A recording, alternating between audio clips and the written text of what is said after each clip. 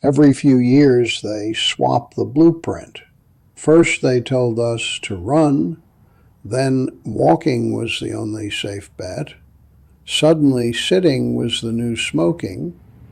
They said sugar was pure poison, then honey was a miracle, then all carbs were the enemy, then only certain carbs mattered. In 2012, they swore by fasting windows. By 2018, fasting was ruining your metabolism. By 2024, they were selling powders that supposedly rewired your gut. I stopped keeping track around the time I turned 50. I'm 88 now. I didn't read the journals, didn't join the clinics, didn't buy into the promises. They had their studies, their peer reviews, their glossy magazines. I have my hands. I have the quiet mornings, the sawdust on my boots, the slow accumulation of days that added up to nearly 9 decades. And I'm still here. They aren't all still talking. I could hand you a list. I could tell you exactly what to swallow, what to avoid, how many minutes to sweat, how many hours to sleep, and you could tape it to your refrigerator. But I won't do that. I'm just here to point at the joint you've been ignoring. My name is Elias. I built cabinets for 60 years. I know what happens when you force wood against its natural grain. You clamp it too tight. You ignore the humidity. You rush the drying. You think you can outsmart the material. For a while, it holds. Then the door sticks. Then the frame splits. Then the whole piece bows, and you're left wondering why it failed. People do the same thing to themselves. I spent 6 decades watching men and women try to sand down their own edges, trying to force their bodies into shapes they weren't cut for.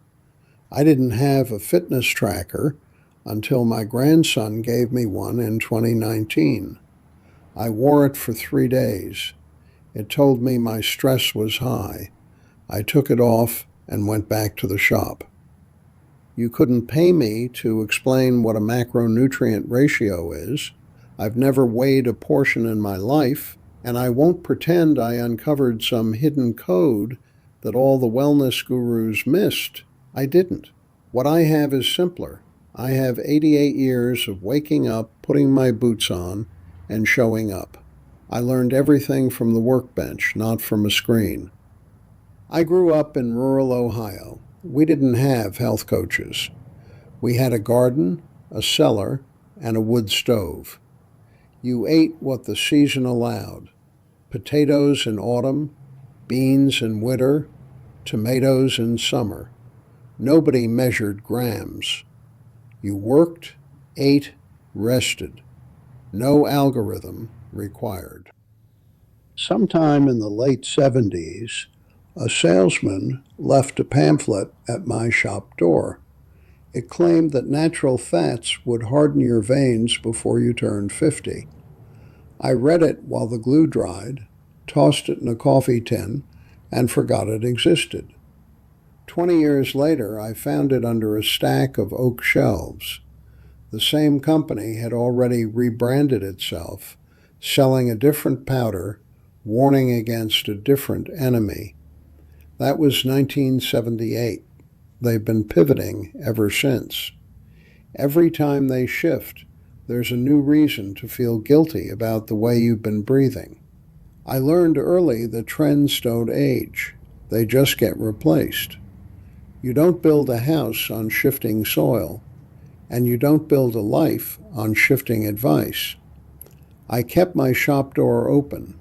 I let the years pass like seasons. Spring brings damp wood. Summer brings dry splits. Winter brings stiff joints. You don't fight the weather. You adjust your clamps. You wait. You listen. I worked alongside a man named Arthur for nearly 25 years. He's the reason I'm sitting here saying this. I saw him more than I saw my own brother. Arthur lived by the numbers. He tracked his steps, his sleep cycles, his heart rate variability, his hydration. He read every study the moment it dropped. When the headline said red meat was killing us, Arthur stopped ordering it at the diner. When they said dairy caused inflammation, he switched to oat milk. He measured his portions, timed his meals, wore a monitor on his wrist like a medical bracelet. He knew his resting heart rate down to the decimal. I think it was 58. He'd show it to me like a badge of honor. He woke at 4:30 a.m. every single morning, year after year. Cold rain, heat waves, winter black ice. He did his prescribed routine. The most disciplined man I ever shared a shop with. He told me once over lunch, "Elias, the way you live, you won't see 75." I was eating a roast beef sandwich, heavy on the mustard. He said it gently, like he was mourning me in advance. I just chewed. I didn't argue. I kept eating. Arthur left us at 69. His body didn't warn him. It just shut off. I was 72 when I stood in the back row of his memorial. The man who tracked every variable, still sitting. And I remember the thought cutting through, sharp and quiet. The math doesn't balance. I've watched people outlive their doctors. I've seen how they leave. None of it lines up with the charts.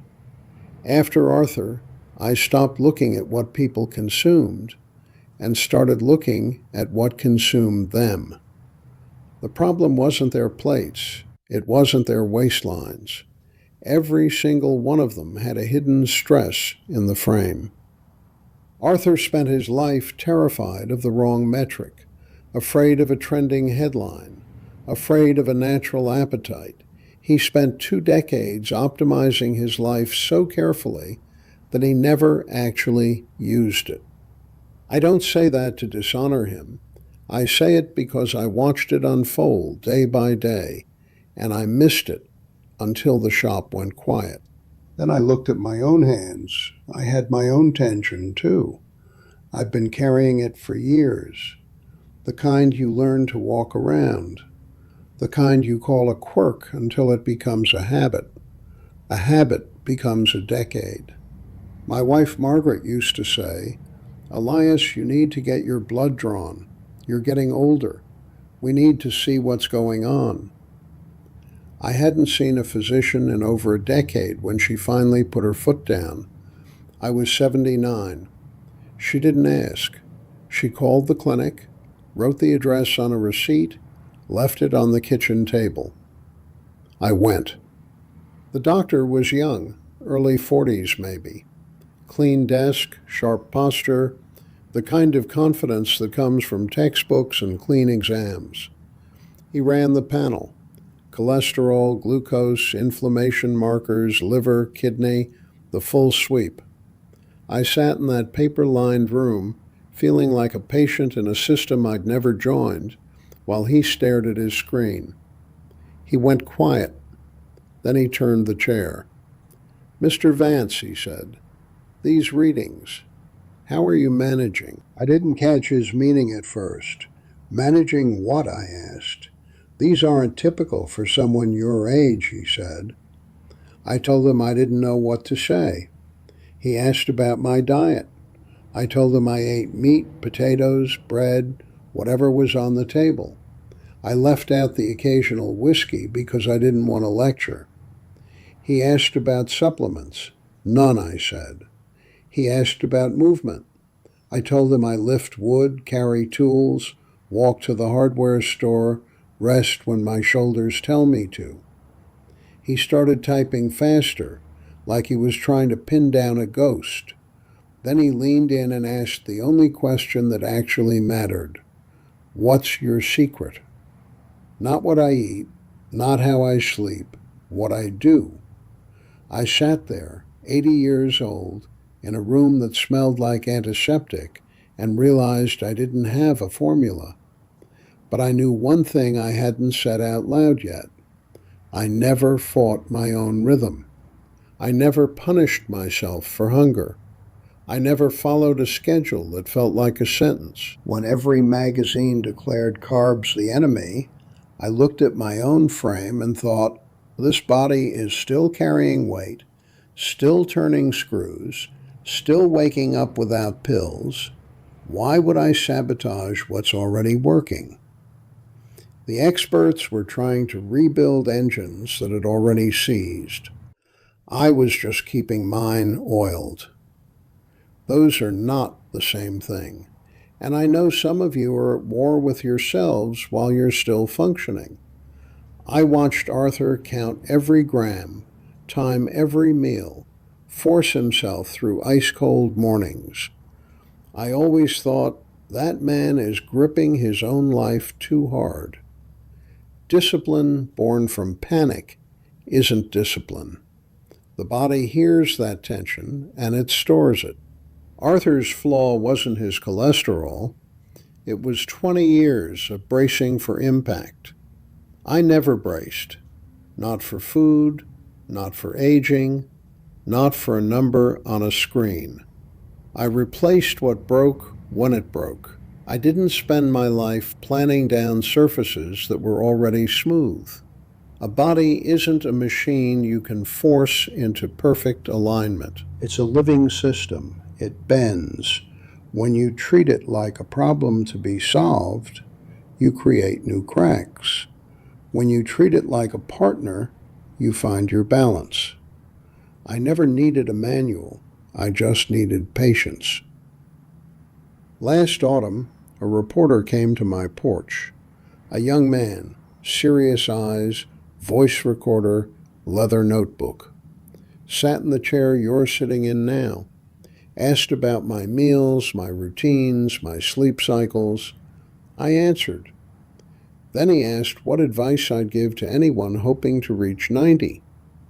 I said, maybe too quickly, stop asking people like me for answers.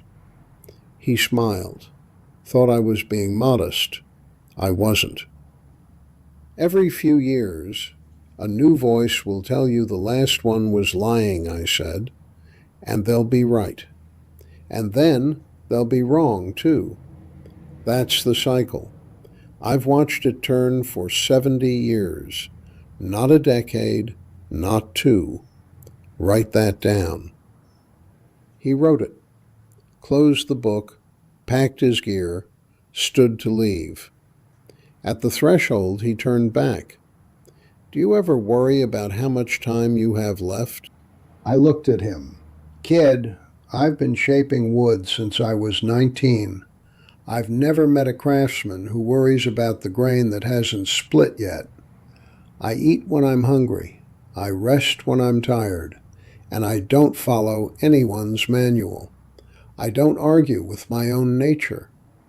I stopped spending my days defending myself against rules that change before the ink dries. Now, the joint. You want to know what I mean? Maybe for you, it isn't about food. Maybe it's the conversation you've been avoiding for a decade. Maybe it's the heaviness you carry the moment you open your eyes. Maybe it's the habit you keep calling harmless. You already know what it is. You keep stepping around it and pretending it's stable. I can't name it for you. That's not my role. But I will say this. It isn't on any wellness list. It never was. The stress that actually breaks the frame is rarely the one they're measuring. Find it. Ease it before the whole thing gives way.